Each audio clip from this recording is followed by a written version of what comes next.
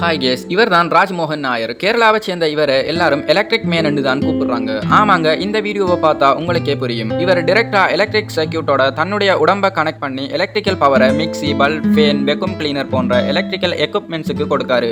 ஆனா அவருக்கு கரண்ட் அடிக்கவே இல்லை. ஆரம்பத்தில் இந்த சக்தி இவர்கிட்ட இருக்கிறது இவருக்கே தெரியாது. இவர் சின்ன வயசுல குடும்பத்தை இழந்து கஷ்டப்பட்டு இருந்திருக்காரு. ஒரு கட்டத்தில் இதுக்கு மேல வாழ முடியாதுன்னு நினைச்சு டிரான்ஸ்ஃபார்மரை பிடிச்சு சூசைட் பண்ண ட்ரை பண்ணிருக்காரு.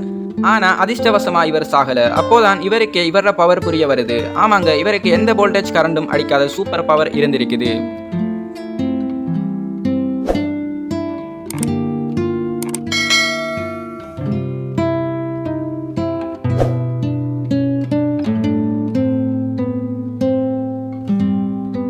ஓகே கைஸ், இந்த வீடியோ பிடிச்சிருந்தா லைக் பண்ணி கீழே கமெண்ட் பண்ணுங்க.